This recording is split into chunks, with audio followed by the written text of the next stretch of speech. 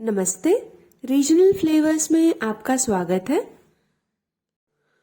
आशा करती हूँ कि आप सब अच्छे होंगे। अगर आप चैनल पे नए हैं तो चैनल को सब्सक्राइब कीजिए और बेल आइकन दबाना बिल्कुल मत भूलिए। आज हम बनाने वाले हैं पपीते के कोफ्ते। इसके लिए हम लेंगे एक छोटा कच्चा पपीता और इसका छिलका उतारकर धुलकर हम इसे छोटे टुकड़ों में काट लेंगे।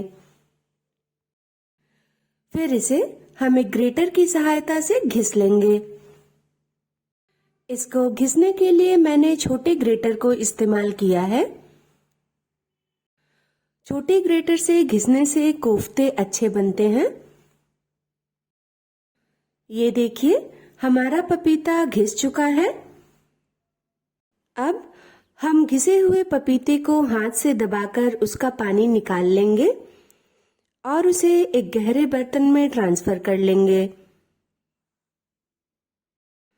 इसको ट्रांसफर करने के बाद हम इसमें डालेंगे 1/4 कप बेसन, 1 चुटकी हींग, 1/4 टेबलस्पून हल्दी पाउडर, 1/4 टेबलस्पून जीरा, एक बारीक कटी हुई हरी मिर्च और नमक स्वादानुसार।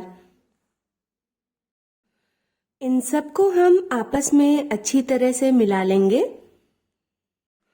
ताकि बेसन पपीते के साथ अच्छी तरह से मिल जाए।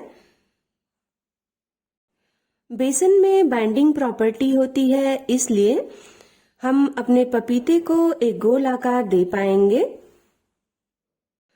अच्छी तरह से मिलाने के बाद हम इसे एक गोल आकार देंगे और अपने कोफ्ते बना लेंगे। इसके बाद हम एक कढ़ाई में लेंगे 1 कप तेल और एक पपीते का टुकड़ा डालकर देखेंगे कि तेल गर्म हो चुका है या नहीं। हमारा तेल बिल्कुल अच्छी तरह से गर्म हो चुका है और आंच को धीमी करके हम एक एक करके अपने कोफ्ते इसमें डाल देंगे।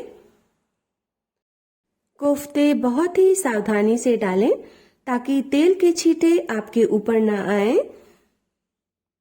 कोफ्ते डालने के बाद हम इसे चलाते हुए सुनहरा होने तक तल लेंगे। इनको हम पलटते हुए तलेंगे ताकि एक तरफ से ये जले नहीं।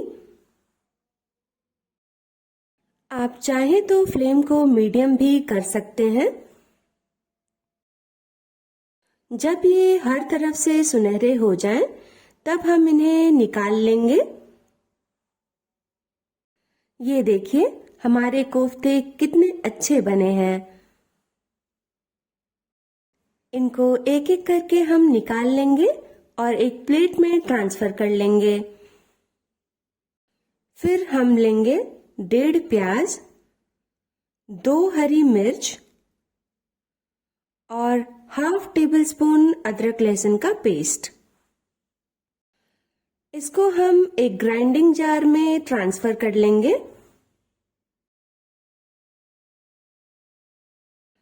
ट्रांसफर करने के बाद हम इसका ढक्कन लगाकर इसे बारीक पीस लेंगे।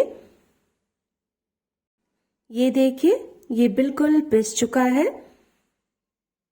अब हम एक कटोरी में लेंगे 1/2 टेबलस्पून जीरा, 3 काली मिर्च, 2 लौंग, दालचीनी, 1 तेज पत्ता, 2 छोटी इलायची और 1 बड़ी इलायची।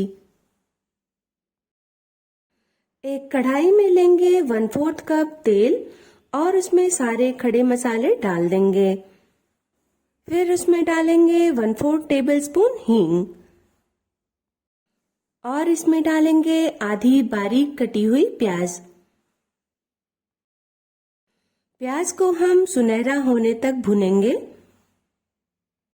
प्याज के सुनहरा होने के बाद हम इसमें डाल देंगे अपने पिसे हुए मसाले और आंच को धीमी कर देंगे। इसको अच्छी तरह से हम मिला लेंगे और इसे धीमी आंच पर भुनने देंगे।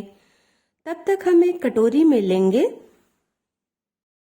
1/4 टेबलस्पून हल्दी पाउडर, हाफ टेबल स्पून सब्जी मसाला, हाफ टेबल स्पून कश्मीरी लाल मिर्च और 1 टेबलस्पून धनिया पाउडर। थोड़ा सा पानी डालकर हम इसको आपस में अच्छी तरह से मिला लेंगे और इसका एक घोल बना लेंगे। अब हमारे पिसे हुए मसाले भी लगभग हो चुके हैं। इसे हम एक बार अच्छी तरह से चला लेंगे ताकि ये कढ़ाई में लगे नहीं। और उसके बाद हम इसमें डाल देंगे एक छोटा बारीक कटा हुआ टमाटर। टमाटर के साथ ही हम इसमें डाल देंगे मसालों का तैयार किया हुआ घोल। कटोरी में थोड़ा सा पानी डालकर उसे भी हम कढ़ाई में डाल देंगे। फिर डालेंगे स्वादानुसार नमक। इनको आपस में हम अच्छी तरह से मिला लेंगे और इसे हम मीडियम फ्लेम पर भुनेंगे।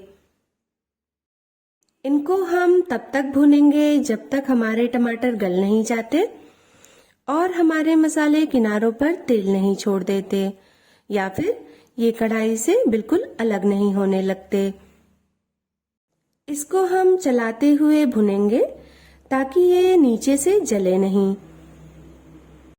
ये देखिए हमारे मसाले कढ़ाई को छोड़ने लगे हैं, यानी कि ये अच्छी तरह से भुन चुके हैं। अब हम इसमें डाल देंगे 1.5 कप पानी।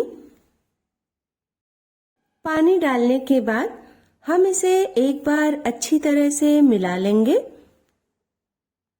और अच्छी तरह से मिलाने के बाद हम इसमें एक उबाल आने देंगे। इसमें उबाल आते ही हम इसमें अपने कोफ्ते डाल देंगे। कोफ्ते डालते ही हम आंच को धीमी कर देंगे और इसमें डालेंगे तवे पे सिकी हुई 1 टेबलस्पून कसूरी मेथी। इसको हम हाथों के बीच रगड़कर डालेंगे।